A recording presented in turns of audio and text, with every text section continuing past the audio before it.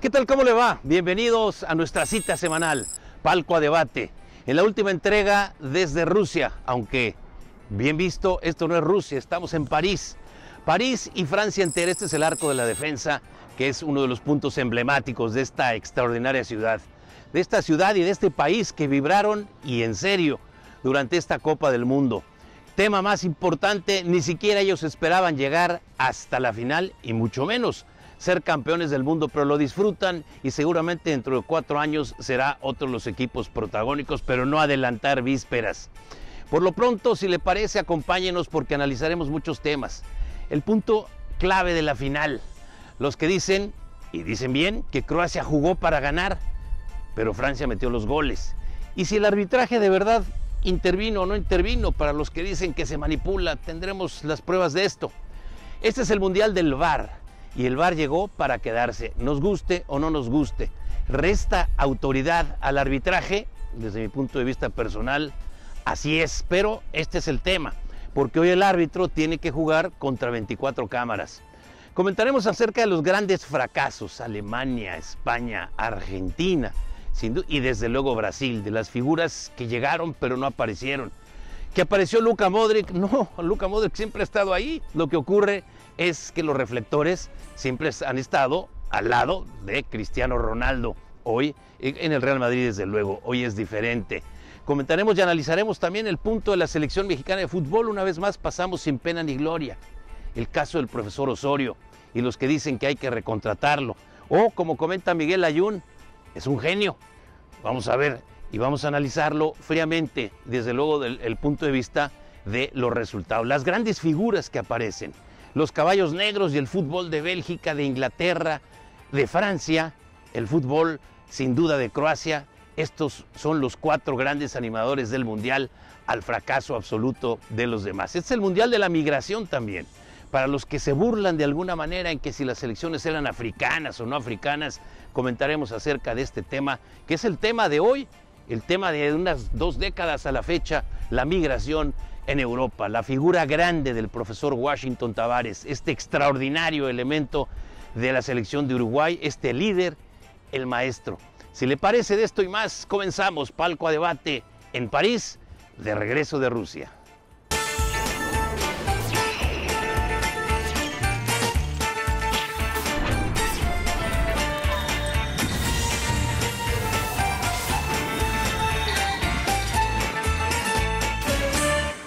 Cierto que apuntamos a Brasil como uno de los grandes favoritos, no porque sea Brasil, sino por el momento que atraviesa para este Rusia 2018.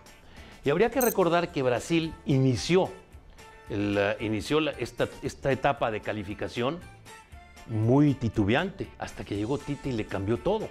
Hoy Brasil tiene y presume más de 60 goles a favor de todos los partidos que ha jugado desde que tomó Tite las riendas de este equipo. Jugador talismán Neymar, y usted dirá, pues caray, si Neymar es el mejor jugador de Brasil, sí, pero es talismán porque es el único de este nivel que no jugó en la gran derrota, en la debacle contra Alemania, los 7 goles que le metieron a Brasil en aquella tarde espantosa para los brasileños. Neymar estaba lesionado y ahí comenzó la leyenda, el mito que él ha sabido demostrar con su calidad y con su capacidad, simplemente los goles en los últimos amistosos.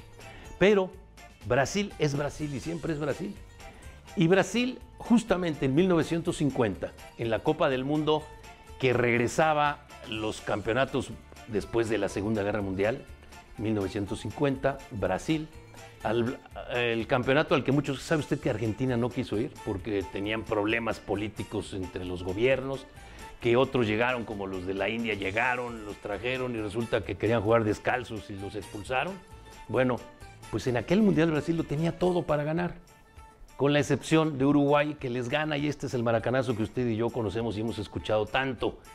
Insisto, nadie gana un partido sin jugarlo. Y cuando Brasil iba a reinventarse en su Mundial del Jogo Bonito, pues resulta que Alemania les pone un freno. Hoy Brasil trae una gran generación. Este Brasil hace 4 años, pues probablemente hubiera ganado la Copa del Mundo. Varios de sus jugadores, que son por cierto algunos de ellos los que perdieron la final de los Juegos Olímpicos contra México en el 2012, varios de estos jugadores están en la madurez, están en el gran nivel y Neymar está de regreso. Este es el Brasil al que hay que ponerle también las cábalas y los santeros y todas estas cosas. ¿Cuál sería la cábala para que Brasil sea campeón del mundo? Que no va a jugar en Brasil.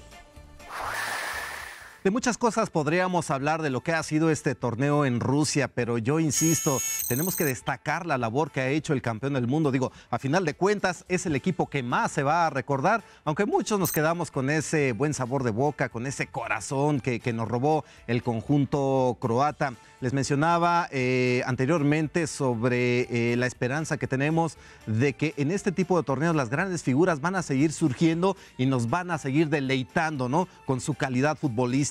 Y precisamente hablando de la selección francesa, ya lo hicimos de Kylian Mbappé, otro de los elementos que quizá un poco más reservado en cuanto a cuestión mediática. Digo, no es que no lo conozcan o no quiere decir que no sea un jugador que tenga potencial para ser explotado por los medios de comunicación, pero que ha tomado un papel quizás en un segundo plano, simplemente abocándose a lo que era su labor en el terreno de juego. No sé, porque no estamos ahí en el día a día o no estuvimos en el día a día de la selección francesa, pero no sé si sea realmente Antoine Griezmann el gran líder de esta selección gala. Me parece que hay otras figuras que tomaron ese papel, pero en el medio campo lo que desplegó a lo largo de 7 partidos es verdaderamente de llamar la atención. No se llevó el balón de oro como mejor jugador del torneo, sin embargo se llevó el balón de bronce, es decir, está a la altura de lo que fue Luka Modric. Se le dio ese reconocimiento al jugador croata porque verdaderamente arrastró a todo un equipo, se lo echó al hombro y porque a final de cuentas parece que su talento le alcanzó precisamente para ser reconocido de esa manera. No es porque le hayan dado ahí un premio de consolación, creo que Modric lo tiene verdaderamente merecido, pero el hecho de que Antoine Griezmann se haya llevado el balón de bronce como el tercer mejor jugador de este torneo es porque en Francia la situación estaba más repartida, ¿no? Podemos decir que no solamente recayó en su labor la actitud positiva, los resultados positivos, ronda a ronda del equipo francés. Imagínense, Antoine Griezmann anotó y dio asistencia en todos y cada uno de los partidos que jugó la selección francesa. Fueron 7 partidos, al menos en 4 de ellos anotó gol y en los 3 restantes dio asistencias. En la gran final participó en 3 de las 4 anotaciones. Es un hombre que se llevó además la bota de plata como uno de los segundos mejor anotadores que hubo en este torneo. Fue el jugador más valioso de la gran final. Es decir, es un elemento que ha aportado en tan poco tiempo mucho a la selección francesa. Vemos su calidad semana a semana en la Liga Española con el Atlético de Madrid. Ahora entendemos por qué el Barcelona quería llevarse a Antoine Griezmann. La decisión que tomó no tiene nombre, más allá de lo que podemos entender como lealtad, ¿no? Lealtad al equipo que lo proyectó a los grandes niveles y me parece muy acertada la decisión de Antoine Griezmann. Pero el anotar 10 goles con la selección francesa en 2 torneos tan exigentes como fue la Euro de hace un par de años, que precisamente se jugó en Francia, y ahora en el torneo de Rusia, no es otra cosa más que este hombre que está comprometido, que su calidad la ha entregado al equipo francés, que esas 10 anotaciones le han significado mucho a esta selección gala que fue subcampeona de la Euro, que ahora es campeón del mundo y que tiene una juventud y un porvenir mucho más grandioso que otros elementos de otras selecciones de las cuales se ha hablado mucho, pero que en el aspecto colectivo e individual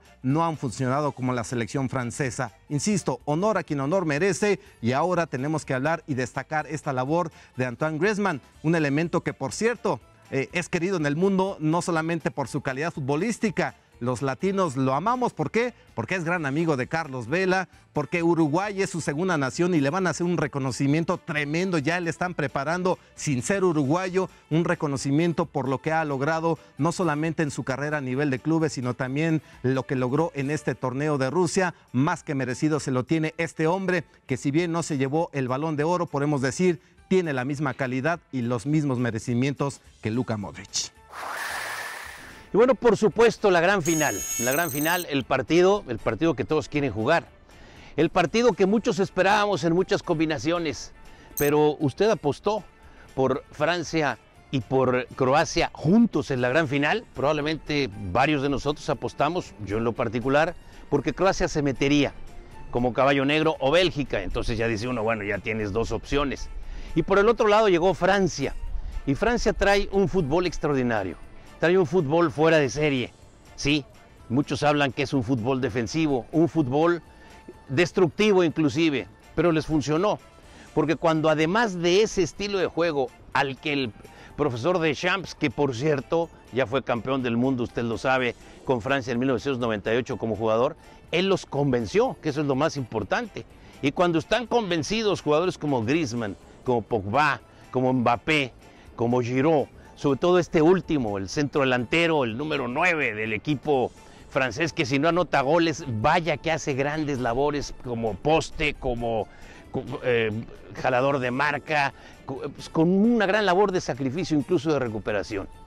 Esa Francia que llegó sin angustias, pero llegó, partido por partido, a la gran final de la Copa del Mundo. Parecía que ellos sabían que lo harían y lo hicieron. Ese es uno de los puntos importantes. Ahora, ¿nos gusta su fútbol? Eso es otra cosa. Decía, y yo creo que decía muy bien Antoine Griezmann, nosotros venimos a hacer un fútbol eficaz. Los goles es lo importante y es lo que marca la diferencia, y esos los venimos a hacer. Ese es el punto, pues. Ese es el punto clave de Francia. Croacia hizo lo suyo hasta la gran final. ¿Qué ocurrió? Dos errores. Y usted me diría, y con toda razón, el autogol, bueno, pues el autogol es una cuestión circunstancial, pero es un error. Pero si ahí estaba uno adelantado y unos dicen que había un balón por otra parte y otros dicen y dicen y dicen y dicen. Pero a final de cuentas el árbitro lo dio por bueno en ese autogol de Mandzukic. Y después vendría el tema del famoso penalti. El penalti, que si fue, que si la mano, que si era intencional, que si no era intencional, que qué dijeron los árbitros, que qué nos iban a decir. En fin, si usted se fija, todas las críticas a esta jugada se dan en que el arbitraje protegió a Francia y a su fútbol. Un tema, yo le diría que no es polémico, simplemente que no es. Y al final de cuentas no es, porque estaríamos hablando que el arbitraje protegió al equipo de Croacia si esa mano no se cuenta como en principio el árbitro lo hizo. No la contó, simplemente dijo jueguen, sigan jugando, y luego los del VAR le hablaron. El VAR corrigió, cierto. Entonces sí, se dice que apoyaron al equipo de Francia. La realidad es cierta, triste y lamentable. El gran fútbol de Croacia, como el gran fútbol de Bélgica, se quedaron en el camino por los goles de Francia.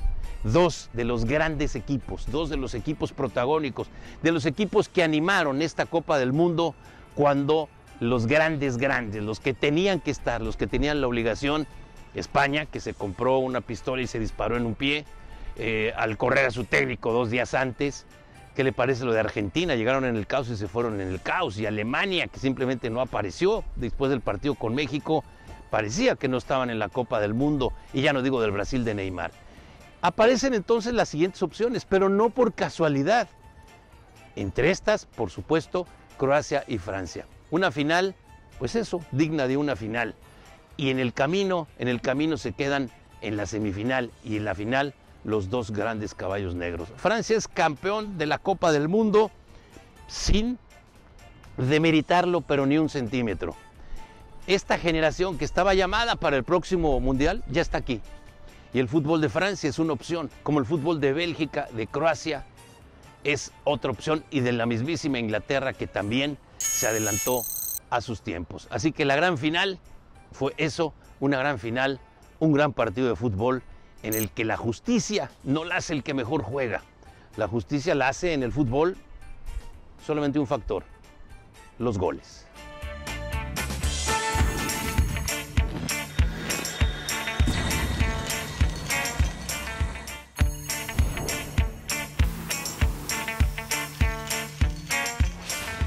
Bueno, los grandes mitos de las Copas del Mundo. Hoy me voy a centrar en aquella tarde de México 1986, cuando Diego Armando Maradona hace el gol que para muchos llamaron el gol del siglo. Es curioso que el gol que Diego Armando Maradona se burló hasta el cubetero, ya no hay cubeteros, ¿no? Pero se burló hasta el aguador del equipo de Inglaterra, y que lo convierten en el gol del siglo. Años después, el gol de Manolo Negrete es el mejor gol de todos los mundiales. Entonces, ¿con qué criterios escogimos? Y no es peyorativo ni estoy haciendo un lado a Negrete. Aquella misma tarde, Diego Armando Maradona anota un gol con la mano. Y eso es lo que echa a Inglaterra de las Copas del Mundo. Habrá que recordar que existía y existe hoy un gran conflicto político, económico y social por aquel tema de las Malvinas, y la guerra de las Malvinas todavía la gente la sentía en carne viva en Argentina. Gana a Inglaterra y por una casualidad, hay que recordar que el fútbol se hacía con 8 cámaras máximo, por una casualidad hay un fotógrafo del Heraldo que toma la fotografía con Maradona pegándole con la mano. Hasta ese momento nadie sabía que había sido con la mano, más que el portero Shilton y la defensa de Inglaterra, que eso reclamaban. Quienes estábamos en el estadio decíamos, ¿y estos qué reclaman? Pasan los días, gana la Copa del Mundo Argentina, y ahí es en donde Diego Armando Maradona acepta que ahí estuvo la mano de Dios. Que tienes tú un monumento en Argentina, el culto a la trampa. Años después, 1986, cuando ya estaba retirado después de todas sus suspensiones en la FIFA y tal, cuando en una de tantas ocasiones en que Argentina tiene que calificar de lágrima, regresa Diego Armando Maradona y recordemos el Mundial del 94, cuando aquella ocasión en que entra la enfermera por él, lo llevan al doping en el partido contra Grecia, y después cuando jugaban contra Bulgaria, por cierto, pues ya no aparece Maradona porque lo habían castigado. Él habla entonces de una conspiración en su contra, de que la FIFA y Havelange no lo quieren, y ahí comienza la leyenda, porque en Argentina el 99.9% de la gente se compra ese cuento, el gobierno de entonces se compra ese cuento, y todo el mundo lo apapacha, y todo el mundo, cuando estuvo visto, cuando la Asociación Mundial Antidopaje, que entonces estaba en ciernes, cuando una y otra vez se le demuestra, y pocos años después lo tienen que recluir por adicción, lo tienen que recluir por sus vicios. Usted lo vio. A final de cuentas son los mitos. Argentina tiene el culto a su mito, y a las mentiras, bueno, pues también se dan en los mundiales, como se dio en las trampas o en los errores vergonzosos de los árbitros en los goles que entran y los que no entran, ya no digo los penaltis que fueron o no fueron, pero aquellas que marcan diferencia y resultados en un mundial. La mano de Dios, que es sin duda la trampa más grande en un mundial, se genera por el mismo jugador, Diego Armando Maradona, el día en que anota el gol del siglo que lo inmortaliza. Ironías de la vida. Además de la victoria de Francia sobre Croacia, esta Croacia extraordinaria, y la victoria sobre Bélgica, aunque qué triste, ¿no? Los semifinalistas de pronto ya se olvidan y juegan el partido por el tercer lugar. Partido, por cierto, en donde el que lo ganó se llevó 2 millones de euros más que el otro, es decir, es como jugar una cascarita, pero de 2 millones de euros. Pero esta Copa del Mundo será recordada también por la forma en que salieron como fracasados los grandes favoritos. Y comenzamos por el principio, el campeón del mundo, el que nunca apareció en esta Copa del Mundo, Alemania. ¿Qué ocurrió con ellos? Al saltar al terreno de juego en el partido contra México, parecían otro equipo, parecían que no se encontraban o parecían fastidiados inclusive. Yo creo que en el segundo partido, incluso en el partido contra Suecia, Alemania ganó apenitas, no con la autoridad que se esperaba, pero ganó. Y todos dábamos por hecho que Alemania le ganaría a Corea y entonces vendrían todas esas combinaciones. ¿Por qué nos interesaba tanto? Porque estaban en el grupo de México, pero aislemos de ahí a México y pongamos al equipo de Alemania, que presentó muy poco. Exhibió muy poco el equipo de Alemania comparado con lo que venía exhibiendo en los meses y en el año anterior. Habían ganado la Copa Confederaciones, recuérdenlo ustedes, en el mismo Rusia. Y antes también, haciendo una gran eliminatoria. ¿Qué ocurrió? Pues parecía lo que muchos dicen, saturados de fútbol, aburguesados, cansados de jugar, cansados de ganar, lo dudo. A tal grado es el fracaso que el entrenador Joachim Löw presentó su renuncia, pero esa se llama dignidad, ya platicaremos de otros como Sampaoli o como el nuestro, que todavía no sabe si se queda o no se queda. Pero al final de cuentas el equipo de Alemania fracasó y se fue por la puerta de atrás. Segundo gran fracaso, España. Fracaso sonoro y anunciado por ellos mismos. El equipo español con esta nueva generación que estaría despidiendo a Andrés Iniesta como su gran líder, que entregaba la estafeta a Isco y lo demás es lo de menos.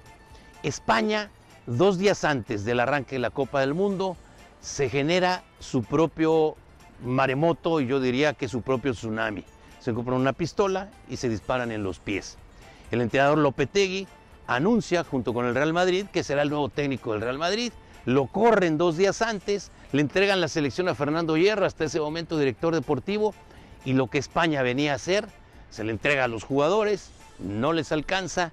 Es un fracaso de la soberbia y es un fracaso también en el que hay que culpar al presidente de la Federación, de la Real Federación Española de Fútbol, hay que culpar también al presidente del Real Madrid y hay que culpar también a Lopetegui, que no fue capaz, o que, como muchos dicen, fue una maniobra orquestada para salirse y formar el nuevo Real Madrid del que ya se estaba yendo Cristiano Ronaldo. Lo que sea, un gran fracaso sonoro. Lo de Argentina, dicen que el árbol que crece torcido no endereza jamás su tronco, y este es el proceso argentino de los últimos 4 años, vivido absolutamente en el caos, con 3 técnicos, aquí lo comentamos mucho, con el señor Sampaoli, que al final de cuentas no resultó ser, tan no resultó ser que los jugadores se le fueron encima, y no encima a los golpes, sino que los jugadores decidían las alineaciones. El grupo de Lionel Messi y sus amigos. A final de cuentas, Argentina no apareció. Y que no se diga que no había voluntad, porque todos querían ganar la Copa del Mundo, y sobre todo Lionel Messi, porque ya será difícil la próxima. Argentina fue un fracaso absoluto. Argentina fue, sin duda, una de las grandes decepciones. Pero tampoco hay de qué asombrarse. Llegó en un caos y se fue en un caos. Brasil. El principal rival de Brasil no eran las otras selecciones, las otras 31 selecciones. El principal rival de Brasil resultó ser Neymar. Neymar, este jugador del gran talento, este jugador figurón, el jugador en el traspaso hasta hoy más caro en la historia del fútbol. ¿Qué pasó con Neymar? Se convirtió en divo, se convirtió en el mismo Neymar que hace 4 años en su país no jugó el partido más importante, y ahora sí, la leyenda comienza a crecer. ¿Por qué no jugó aquel partido contra Alemania? Porque él se imaginaba que vendría y sabía que vendría ese caos, que Alemania era superior, y entonces la lesión, que no era tan lesión. Lo cierto es que ese Neymar no apareció en esta Copa, como tampoco apareció mucho en las eliminatorias. Y Neymar se convirtió, con sus famosas pataletas y con sus fingimientos y con sus trampas, porque son trampas en contra del fair play, haciendo como que los golpes eran mucho más fuertes y para sacar de balance a los demás equipos. Bueno, Neymar se convirtió en el hazmerreír de la Copa del Mundo. Va a ser difícil que Neymar se quite de encima esto que las redes sociales hicieron viral, ¿sí? El Neymar Challenge, el reto Neymar, a ver quién se tira y demás marometas y pataletas. Eso para un jugador de ese nivel, de verdad, es una vergüenza. Así que Brasil se fue con su principal rival, Neymar. Y le digo algo, en esto de las simpatías en todo el mundo, sobre todo en nuestro país. ¿Usted se acuerda que cuando México perdía siempre adoptábamos a Brasil? Bueno, ya no es la época de Pelé. Ya estamos, después de ver a Neymar, se convirtió pues el Brasil al que nadie quería, al que nadie respetaba. Estos 4 grandes fracasos, sin duda, estarán en la historia de esta Copa del Mundo, y pues será un tema largo que analizar. El verano es el mes más esperado para los rusos, en especial en Samara, donde se encuentra la playa del río más largo en Europa. Es agradable darse un paseo por el malecón de más de 5 kilómetros. Puedes tomar el sol, disfrutar la belleza rusa y echarte un chapuzón. Para los turistas esto es un sitio acogedor. Okay. Hola, México, привет. Aunque las temperaturas rondan los 30 grados y el calor es sofocante. La alegría y el color del mexicano siempre va a invadir cualquier parte del mundo, cualquier país, así sea el más grande del mundo como Rusia. Está muy padre la ciudad, los rusos nos reciben a los mexicanos con mucha fraternidad, nos quieren. Y las queremos. Y las queremos, claro que sí. Hijo, padrísimo. Igual no sabes que tenía playa, hace muchísimo calor que siento que nadie se lo esperaba. Sí. Pero pues está a gusto para darnos un chapuzón. La playita. Puta, padrísima, está muy bonita. Tampoco me esperaba que hubiera playa. Y está súper bonita, el agua está deliciosa, está helada. Desde Samara, Rusia, informó para Palco Debate Alejandro Ramírez. Pero al final de cuentas el balón rodó en Rusia, y rodó en serio. Hay un elemento que llegó y que llegó para quedarse, el famoso VAR. ¿Por qué la presencia del VAR? En lo particular, yo sigo pensando que el VAR le resta la autoridad en el campo a quien debe tenerla, que es el árbitro. Sin embargo, la tecnología no solamente alcanzó al fútbol, sino que ya lo rebasó. El ojo del árbitro, que es como el de usted y como el mío, y que está entrenado para reacciones en instantes, pues no lo puede ver todo. Los jueces de línea tampoco. Se intentó poner 2 árbitros asistentes detrás de las porterías y las polémicas seguían. Se intentó poner solamente la camarita arriba del larguero y las polémicas seguían. Aparece el famoso VAR. Y en el famoso VAR, pues acaba asumiendo decisiones desde el primer partido hasta el último. Decisiones trascendentes. Y aún así, con los 4 personajes del VAR, que son árbitros profesionales entrenados para esto, y que definen y que cambian o corroboran lo que dice el árbitro, para mí, socavando la autoridad en el campo, pero es necesario porque hay 24 cámaras, 28 cámaras y la que está por aquí y hasta los teléfonos celulares que van en contra de lo que puede definir el árbitro. Bueno, aparece el VAR, asume sus decisiones y en muchas ocasiones por encima de lo que el árbitro había señalado. Algo así como lo que hizo el tenis con su cámaras, con su serie de cámaras estas también, o lo que ha hecho la NFL o que hace el béisbol, lo que hacen todos los deportes, solamente que el fútbol es un deporte continuo. A final de cuentas el VAR llegó, y llegó para quedarse. Le guste a usted, o me guste a mí, o no nos guste. Está ahí y es un elemento de tecnología que invade el espacio intocable del arbitraje hasta antes de esta Copa del Mundo.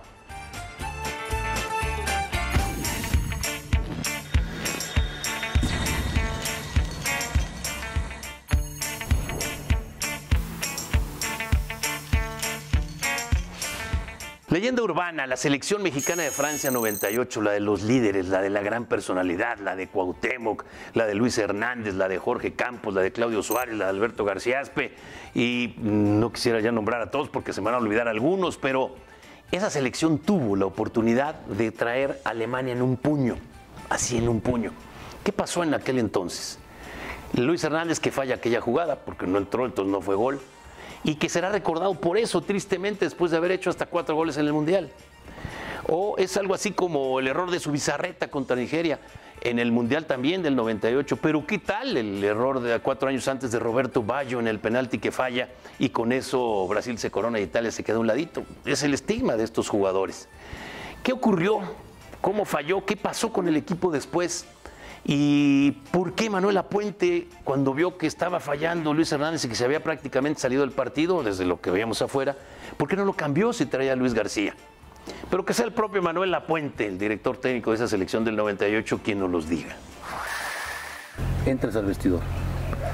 Pues era una tumba, ¿no? El vestidor. Y yo, pues animarlos, ¿no? Bien jugado, se pierde. Esto se pierde y se gana. Nos tocó la de perder y se acabó. No hay más. Que fue contra Alemania y punto. No hay por qué sentirse como se están sintiendo ahorita. Un gran partido, muy bien jugado, ¿verdad? Y se acabó. Eso es todo. Un penal que no nos marcaron, donde se deriva la falla de Luis Hernández. Si lo vemos otra vez la repetición, el Cabrito Arellano se avienta un sprint librando defensas hasta el área grande. Y llega el último defensa y ¡pum! Y lo barre. Y le pega, ¡pum! Y la pelota le cae, no la pasó porque no podía. ¡Pum! Se tropieza y le cae a Cuauhtémoc. Y Cuauhtémoc se la da a Luis Hernández. No se puede olvidar. Entonces, sí, pero había sido penal antes. Correcto. Y Luis Hernández la falla. ¿Qué sucede? Ya esos 3 líderes perros que tenía yo adelante, ¿verdad? Ya nomás quedaba Cuauhtémoc, porque Luis Hernández se me apagó. Bueno. Pero no lo iba yo a sacar. Primero, porque yo sabía cómo iba a estar la cosa. Primero es la persona y luego es el jugador. Dicho lo anterior, mis respetos, Manolo, y la leyenda urbana ahí termina. La Copa del Mundo de fútbol es sin duda una gran ventana, una ventana universal, una ventana que tiene trascendencia y repercusión en todo el mundo, aunque los equipos no juegan solamente 32, ya vendrán 48, pero de los 215, 220 países que hay en todo el planeta, en todos lados hay repercusión. Y uno de los puntos importantes es que al llegar Bélgica, Inglaterra, Francia, a la segunda ronda, comenzaron bromas de verdad fuera de lugar, pero son bromas y como dijo aquel, como dijo Bora, yo respeto, en relación a que se estaba jugando la selección africana de fútbol. ¿Por qué? Bueno, pues el equipo de Francia está integrado por 13, 14 jugadores de origen africano o de origen caribeño, no olvidemos Martinica, la isla Guadalupe. Hay que recordar que en nuestras copas de oro de CONCACAF se hacen equipos en donde no hay federación, como la isla Guadalupe o en fin, Martinica en alguna ocasión, que han sido territorios franceses por siglos. Pero al final del camino, los jugadores que representaron a Francia, los que representaron a Bélgica, los que representaron a Inglaterra y que tienen sus orígenes en el continente africano mayormente, nacieron la mayoría de ellos en sus países, en este caso en Francia o en Bélgica o en Inglaterra. Estoy poniendo solamente algunos ejemplos. Y entonces decir que se trajeron a esos jugadores y les dieron su segundo pasaporte para que jugaran fútbol, esto no es la Liga MX, en donde muchas veces naturalizamos jugadores que no sienten el ser mexicano, sino que esto es por interés. La mayoría de esos jugadores nacieron en este territorio. Vamos a hablar solo de la selección francesa, si le parece. Y nacieron en este territorio de padres o de abuelos migrantes que llegaron a buscar sus oportunidades. Aprendieron fútbol, se asimilaron a esta tierra en su estilo. Y a final de cuentas, esto es lo que ocurre desde hace unos 20 años en el continente llamado el viejo continente en Europa. Es el continente de la migración, es el continente del mosaico, del crisol, del gran número de razas. Simplemente le pongo un ejemplo. La ciudad de Londres, que es un ejemplo extraordinario de convivencia y yo diría que de democracia para todo el mundo, la Gran Bretaña, Inglaterra y con esto Londres, tiene reconocidos 74 diferentes idiomas, 74, póngale usted más de 70. Esa es la diversidad, ese es el mundo que vivimos hoy y el fútbol no puede estar ajeno. Así que quienes dicen que ahí parecía la selección africana contra la otra selección africana en el Francia-Bélgica, de verdad, se están burlando de algo que se desconoce. Hoy Europa vive esta realidad que es un crisol, que es un mapa dentro de muchos mapas. Y el Mundial de Fútbol, pues lo puso ¿en dónde? Lo puso en el idioma universal, sí, el idioma universal de la pelota que rueda en el fútbol. A 4 años del Mundial, Qatar nos da una probadita de lo que podemos degustar. Por ello se inauguró en el centro de Moscú un pabellón para dar a conocer su cultura y sus preparativos.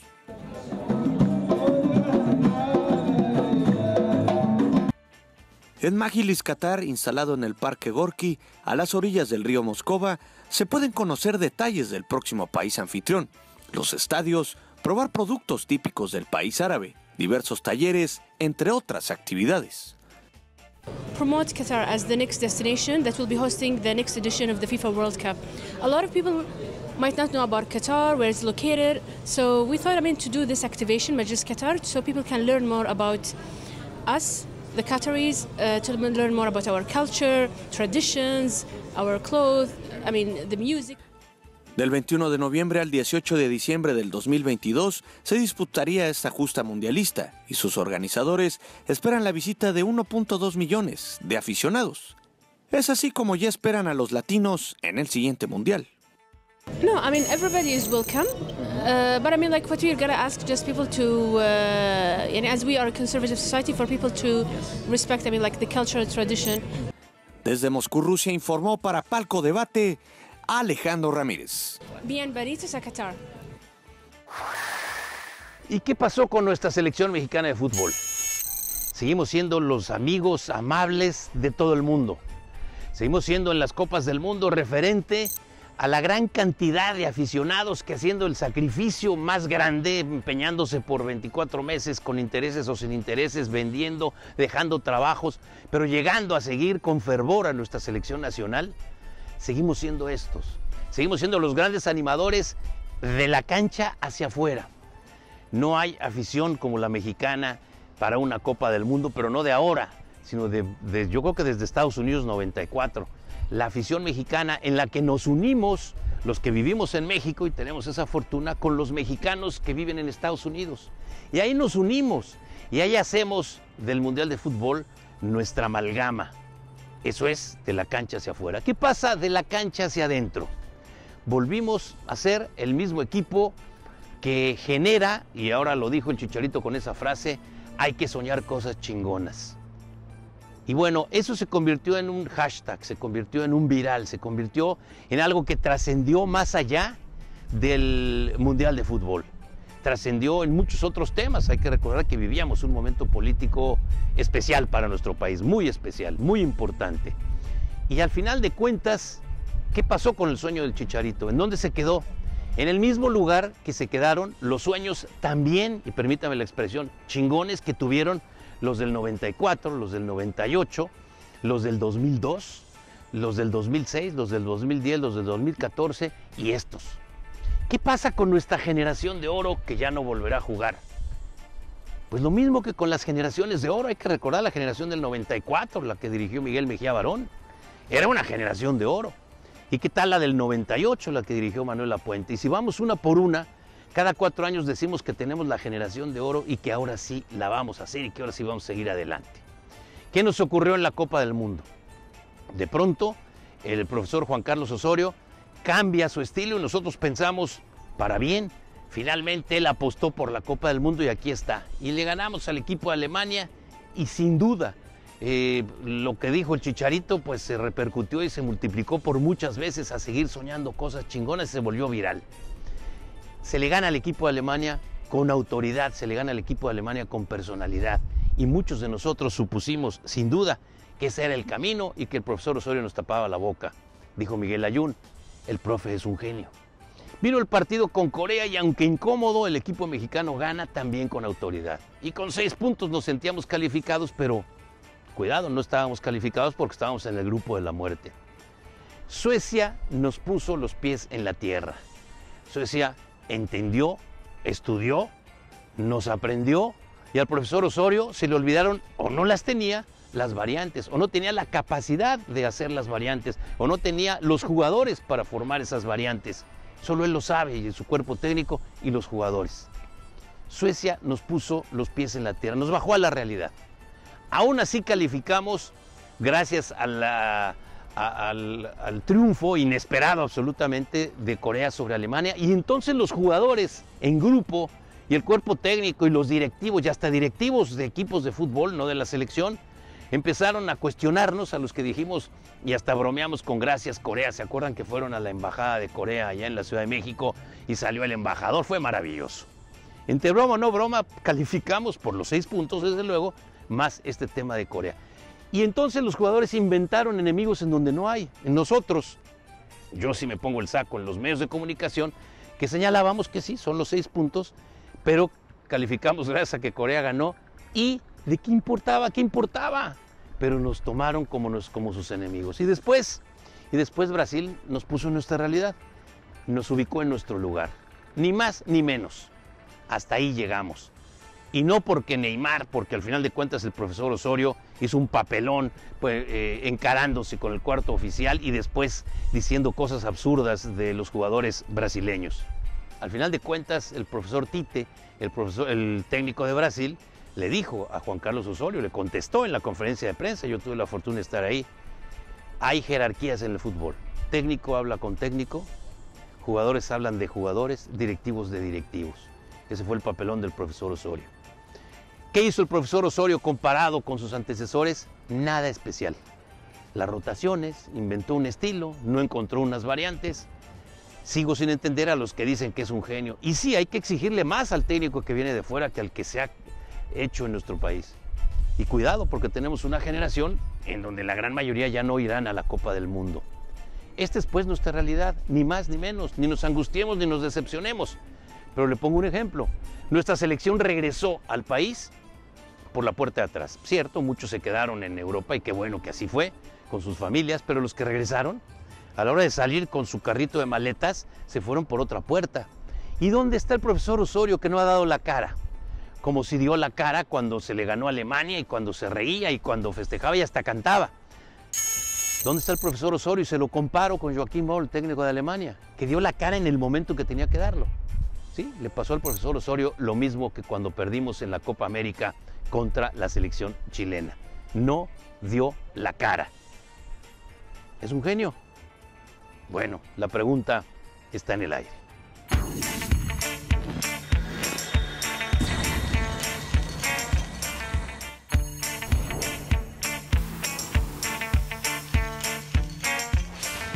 Como habíamos comentado en otro espacio anterior, el tema del Mundial violento, el de 1962, con aquella equivocación de un intérprete en donde dijo que los italianos iban a Chile muy contentos porque las mujeres eran fáciles y los golpazos que se dieron, la eliminación prematura de Italia, doble campeón del mundo, la aparición del Brasil, campeón del 58, que iba a reivindicar su título.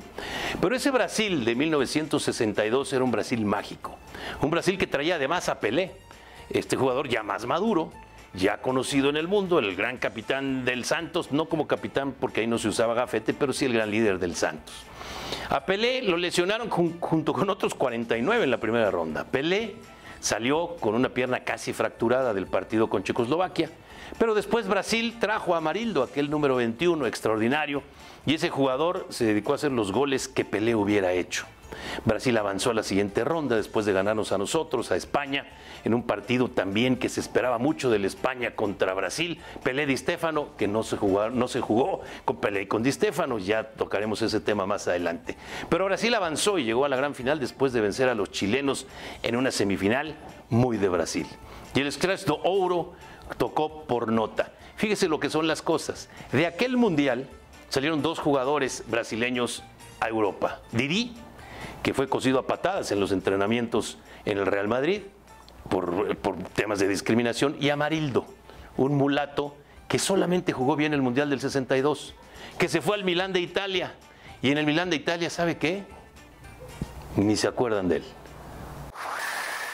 Bueno, pues Rusia ha llegado a su fin en su torneo que incluso el presidente de la FIFA, Gianni Infantino, consideró como el mejor de la historia. No sé si haya sido el mejor, a mí me gustó mucho, supongo que a todos nos encantó lo que pasó en este torneo, pero de que sí fue el que ha tenido mayor penetración a través de los medios electrónicos, de las redes sociales, todo el mundo participaba, todo el mundo conoció de este campeonato, de eso sí, no podemos tener duda alguna. Seguramente es la mayor audiencia la que ha tenido este tipo de copas a lo largo de la historia. Se iniciaron en 1930 y tal vez por obvias razones esta de 2018 ha sido la que mayor difusión y conocimiento le ha generado a todos en el planeta. Creo que fue el torneo de la colectividad donde se demostró que para ser exitoso en el fútbol actual tienes que tener una verdadera unión de grupo, pero no en el aspecto moral o más allá del aspecto moral, sino en el aspecto deportivo, ¿no?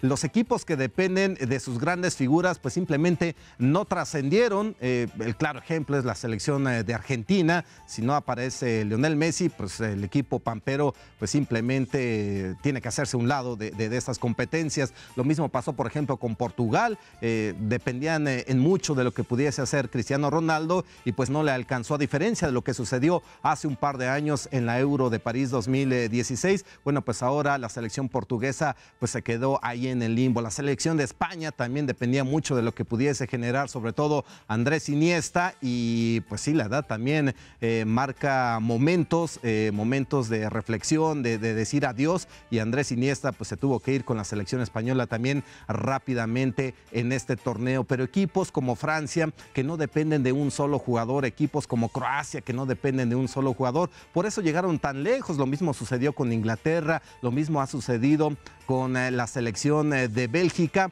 que pues también nos dejó un grato sabor de boca, pero sobre todo podemos decir que también este torneo fue el torneo de los porteros. Cuántas y cuántas emociones nos regalaron los guardametas a lo largo de estos 64 partidos, donde destacó la labor precisamente del guardameta belga Thibaut Courtois, quien se llevó el Guante de Oro por ser el portero con el mayor número de atajadas a lo largo de siete encuentros. Fueron 27, 2 atrás se quedó el guardameta mexicano Guillermo Ochoa. Yo no sé si sea bueno o sea malo, nada más disputó 4 partidos y casi alcanza a Thibaut Courtois en el número de atajadas, pero también tenemos que destacar la labor de otros guardametas como el campeón del mundo, el de la selección francesa, Hugo Lloris, que también estuvo dentro de los guardametas con el mayor número de atajadas. Jordan Pickford, para mí el portero inglés, también demostró que hay una gran calidad y que la generación bajo el marco para este conjunto de la Rosa seguramente garantiza que a un futuro inmediato pues el equipo inglés pueda volver a trascender en los torneos que le vienen, pero sin duda alguna Thibaut Courtois se ha consolidado como uno de los mejores guardametas del mundo, y no solamente por lo que ha sucedido en este torneo. Imagínense, este chico ha sido campeón en Bélgica, fue campeón en España, ha sido campeón en Inglaterra, es decir, en los torneos importantes ha sabido trascender, y eso creo que le ha valido para que precisamente en este torneo de Rusia sea considerado el mejor guardameta. No podemos olvidar tampoco de Subasic, este portero croata que también tuvo una actuación fabulosa, recordar aquella tanda de penales donde atajó 3, en fin, creo que la colectividad y lo que fue la actuación de los guardametas en Rusia, pues ha sido de lo más destacado en este torneo que lamentablemente pues se nos agotó, se ha acabado. Dentro de 4 años quizás puedan venir otras cosas, otras sorpresas, otros jugadores, pero lo que podemos decir que la huella que ha dejado Rusia y el listón donde lo puso el comité organizador va a ser muy, pero muy difícil de superar por el comité organizador de lo que será el torneo en Qatar. Al tiempo ya veremos si tenemos o no razón. Yo me despido de ti, Alfredo. Ha sido un gusto el poder participar a lo largo de estas semanas, de estos 6 programas, y nos queda pues simplemente podemos decir como conclusión que Rusia cumplió en su mundial y todos quedamos muy, pero muy contentos con él. Hasta luego, un saludo. Y bueno, pues esta serie de programas desde Rusia y ahora ya de regreso hacia México, pero con escala en París. Le tengo que decir algo, le tengo que confesar algo, ya que nos llevamos ustedes y nosotros nos llevamos usted y yo muy bien. El haber estado yo aquí en París el día del festejo fue una casualidad. Fue una cuestión logística en relación a cómo diseñé mi viaje a Rusia y de regreso a México. Pero fue una casualidad afortunada. Rusia, ¿qué nos queda de este mundial? Para mí en lo particular, una extraordinaria experiencia. En un país riquísimo en cultura, en una gran potencia del mundo en todos aspectos. En cultura, en tradición, en leyenda. Con una gente extraordinaria que a su manera de ser, que nosotros diríamos muy fríos, pero intentaron siempre ayudarnos.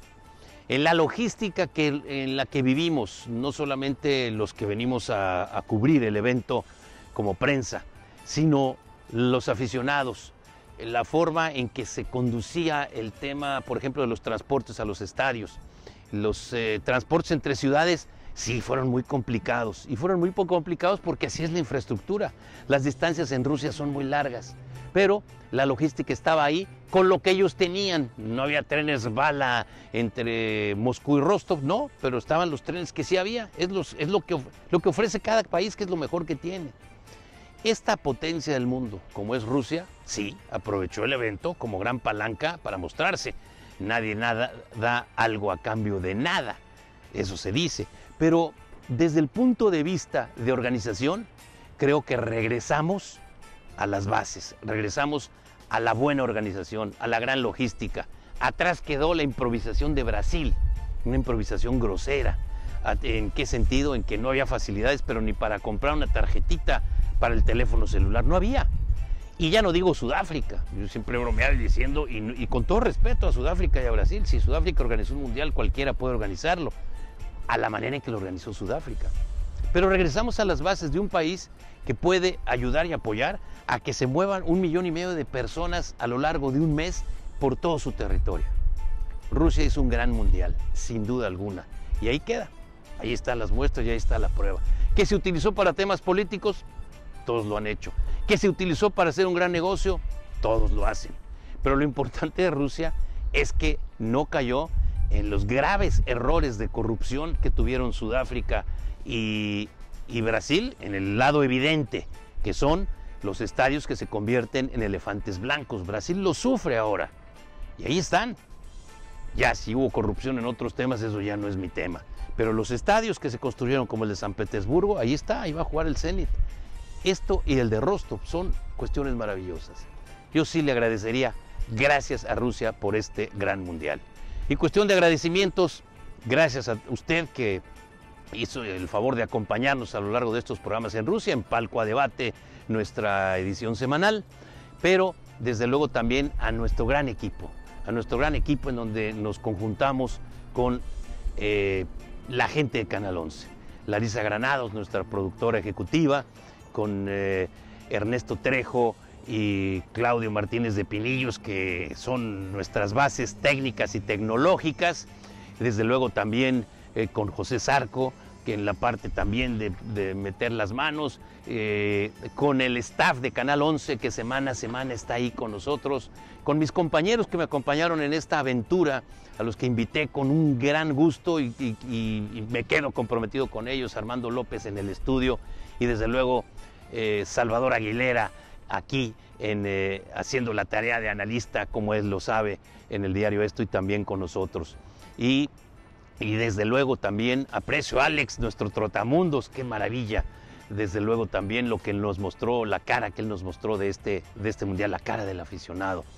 Y sin duda alguna, espero no haber omitido a nadie, toda la gente de Canal 11, la gente del staff, la gente de los controles, la gente del estudio, a todos y cada uno, muchísimas gracias por hacer posible esto que sí fue soñar, permítame la expresión del Chicharito, al fin que es viral, cosas chingonas. Y lo logramos principalmente gracias a usted, que nos hizo el favor de acompañarnos. A nombre de todo el equipo, por supuesto, a mis directores en Canal 11, a Jimena Saldaña, a Carla Lecuona, a Mayolo, desde luego a Luis Eduardo Garzón y desde luego también a todos aquellos en la parte administrativa. Gracias Canal 11 por esta gran oportunidad.